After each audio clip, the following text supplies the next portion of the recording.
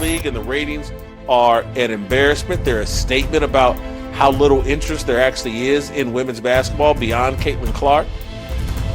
The fact that they can't reach a CBA agreement and be confident that there's actually going to be a 2026 season of the WNBA because these idiots, Angel Reese and the rest, are like, oh man, if y'all not paying us $1 million, $2 million a season.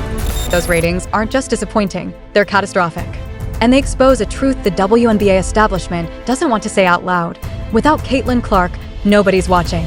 But what makes this situation even worse is that the same players who rode her wave to bigger paychecks are now threatening to blow up the entire 2026 season. Because they think they deserve NBA money for playing in front of empty arenas. Nope, not good enough. We're not budging. We're not negotiating. The entire season is up for grabs. But, and here's how they got there. This group of women, delusional, allowed Nafisa Collier, whose husband and her and Breanna Stewart have started a rival league to the WNBA. They've allowed them to be the leaders of their negotiation for a new CBA agreement, collective bargaining agreement. Let's break down exactly how insane this is. The league has offered these players 7-figure contracts. 7 figures for playing 40 games in a league that loses millions of dollars every single year. And the response? Not good enough. We're not negotiating. We're not budging. Now the entire season is hanging by a thread because Angel Reese and her crew believe they're entitled to superstar money, no matter what the business can actually support.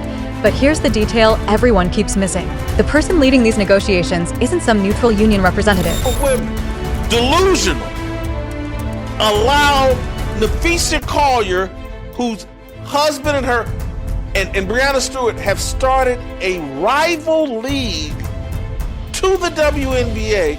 They've allowed them to be the leaders of their negotiation for a new CBA agreement, collective bargaining agreement in the WNBA. People that have started a competitor to the WNBA are leading the negotiations for a new WNBA contract. This is insanity and retardation that we have never seen. Think about what we just heard. Nafisa Kyrie, whose husband runs the unrivaled league, a direct competitor to the WNBA, is leading the collective bargaining negotiations for WNBA players. And her business partner, Breanna Stewart, is right there with her. They've literally started a rival league, and now they're in charge of negotiating the WNBA's future. This is like Adam Silver letting LeBron James negotiate the NBA's CBA while LeBron simultaneously launches a competing basketball league. It's not just a conflict of interest. It's sabotage dressed up as player empowerment, and somehow the other players are going along with it. Let's replay Nafisa Collier when she was talking tough and everybody's applauding her. You go, girl. Kathy Engelbert. They're not paying you guys what you're worth, and we're not paying Caitlin Clark what she's worth. The league believes it succeeds despite its players, not because of them. I have the privilege of watching my husband run a league where he has to balance 100 different things at once. I won't pretend the job is easy, but even with all of that on his plate, he always takes the time to reach out to players when he sees an injury, whether it's unrivaled or even during the WNBA season. That is what leadership looks like. It's the human element. It's basic integrity, and it's the bare minimum any leader should embody. Watch this clip carefully. This is Nafisa Kyrie's big moment, her chance to explain why the WNBA needs new leadership. And what does she point to as the devastating critique of Commissioner Kathy Engelbert? That Engelbert doesn't call players when they get injured. That's it. That's the leadership failure that's supposedly powerful enough to justify blowing up the league. Meanwhile, Kyrie's husband, the man running a rival league that drew only 30,000 viewers for its championship game, gets praised as a visionary, simply because he sends congratulatory text messages. This isn't serious criticism. This is feelings over facts, emotion over economics. And it's exactly why women's sports keep collapsing under the weight of their own delusions. For this type of leadership,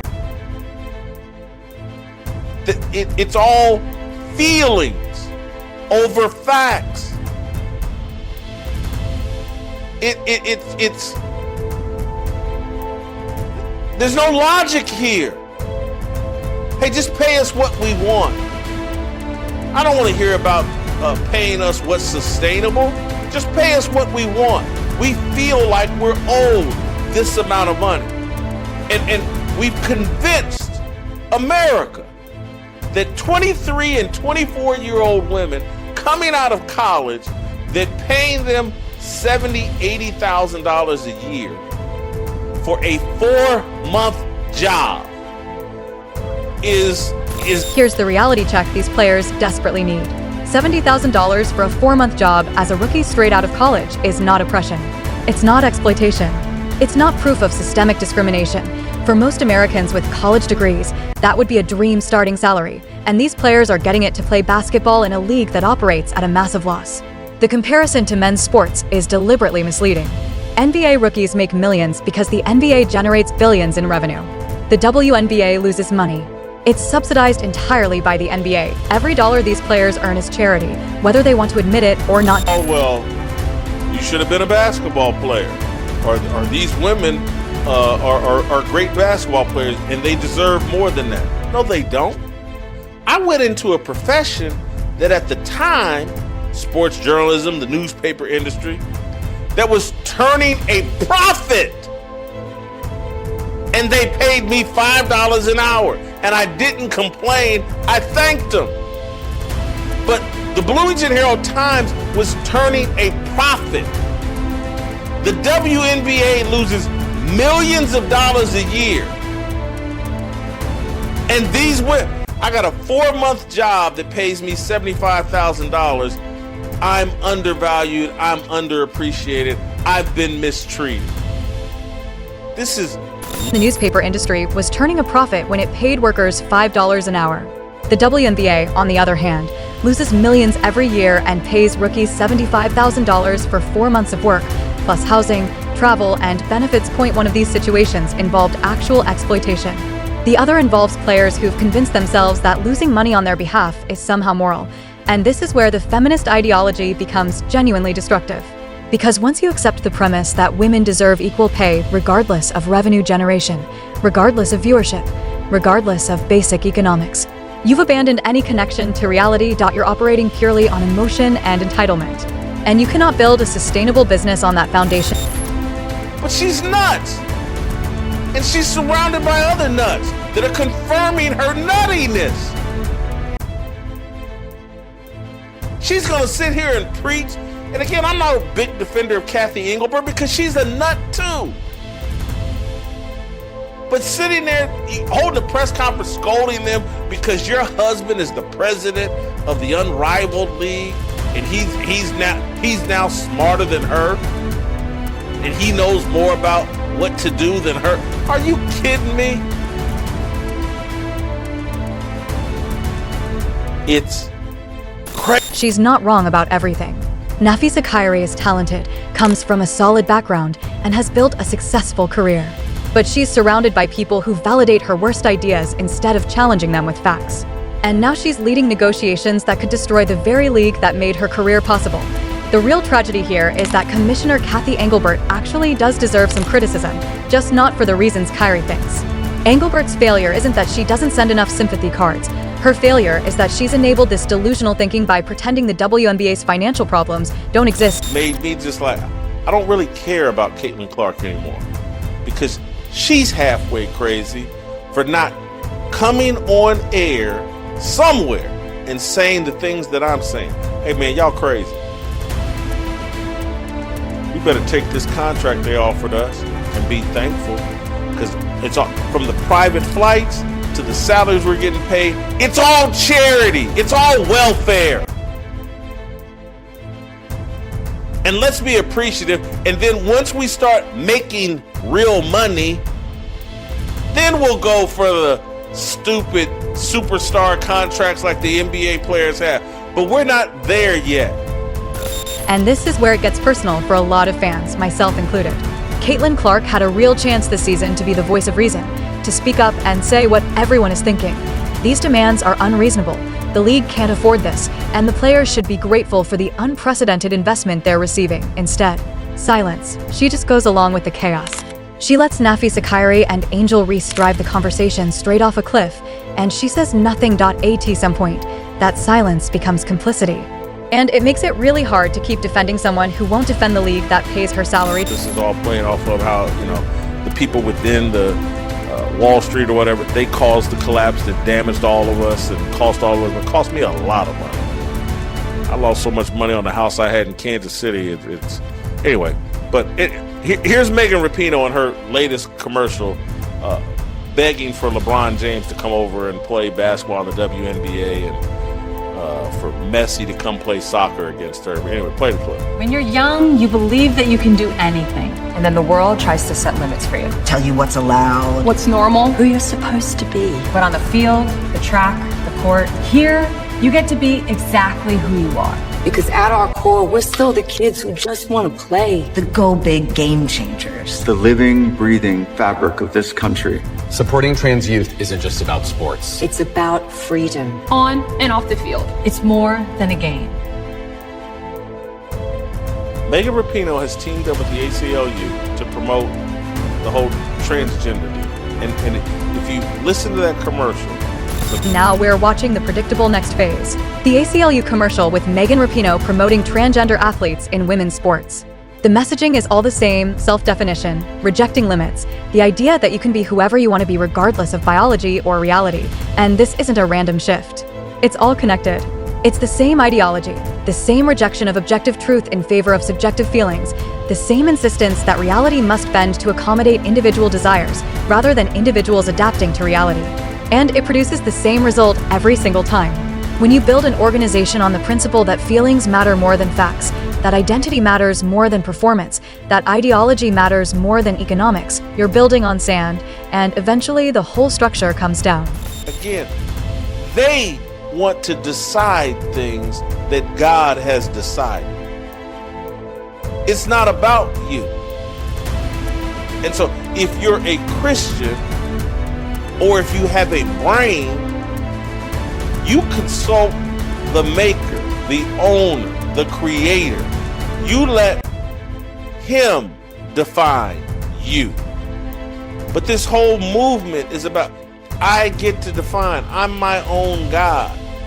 Yes, I have a vagina and a clitoris, but I get to decide I should really have a bat and balls. And I'm going to have someone sew one on me so that I can run around and pretend to be a man. Or I can run around and pretend to be a woman.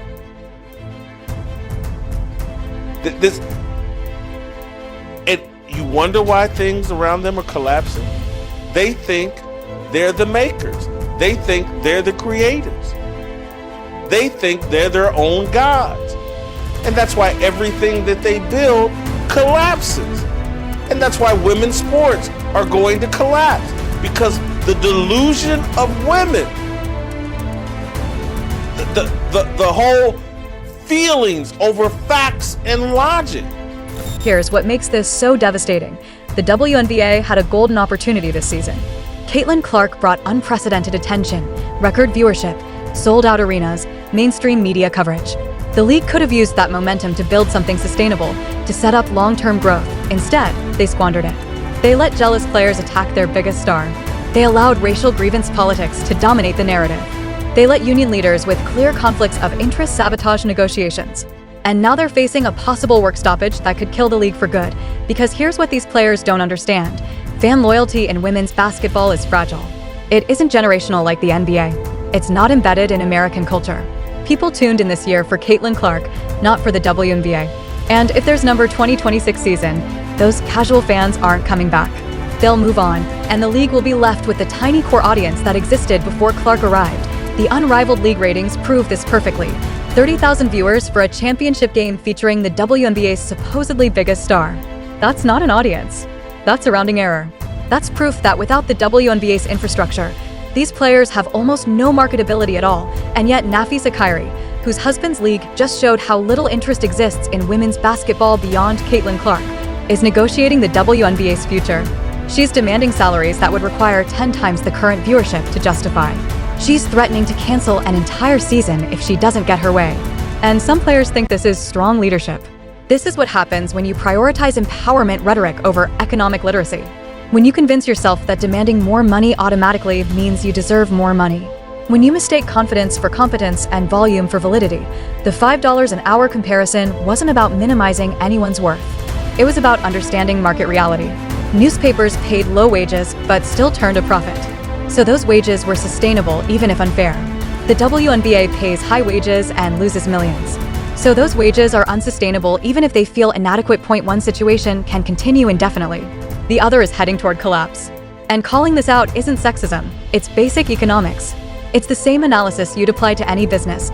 If costs exceed revenue, you cut costs, increase revenue, or shut down. There's no fourth option where you keep losing money forever because employees feel undervalued. The NBA has subsidized the WNBA for years out of goodwill and a real desire to grow women's basketball. But that subsidy isn't unlimited. And if WNBA players force a work stoppage, proving no amount of financial support is ever enough, the NBA has every right to walk away and let the league stand on its own, which means letting it collapse. So here's the question for WNBA players. Is this really the hill you want to die on? Is Nafisa Khairi's hurt feelings about phone calls really worth risking the entire league? Are Angel Reese's demands for $2 million to play in front of 5,000 fans really more important than having a league at all? Because the unrivaled league ratings answered that question definitively. Without the WNBA, most of these players have no platform, no audience, and no leverage. They're not NBA-level superstars who could start their own league and pull in millions of viewers. They're niche athletes in a niche sport that most Americans don't watch and don't care about, and that's not an insult. That's just reality. A reality that demands humility, gratitude, and strategic thinking instead of entitlement, grievance, and self-sabotage. The WNBA gave these players an opportunity that wouldn't exist in a pure free market. The least they could do is not destroy it, but they won't listen because listening would require admitting they're wrong. And admitting they're wrong would require abandoning the ideology that tells them they're oppressed victims who deserve everything they demand simply because they demand it. Instead, they'll keep pushing. They'll keep threatening. They'll keep letting people with conflicts of interest lead their negotiations. And when the league collapses, they'll blame everyone except themselves. What do you think? Are WNBA players right to hold out for higher salaries, or are they killing the golden goose? Drop your thoughts in the comments. Hit that subscribe button and let me know if you think there will even be a 2026 WNBA season.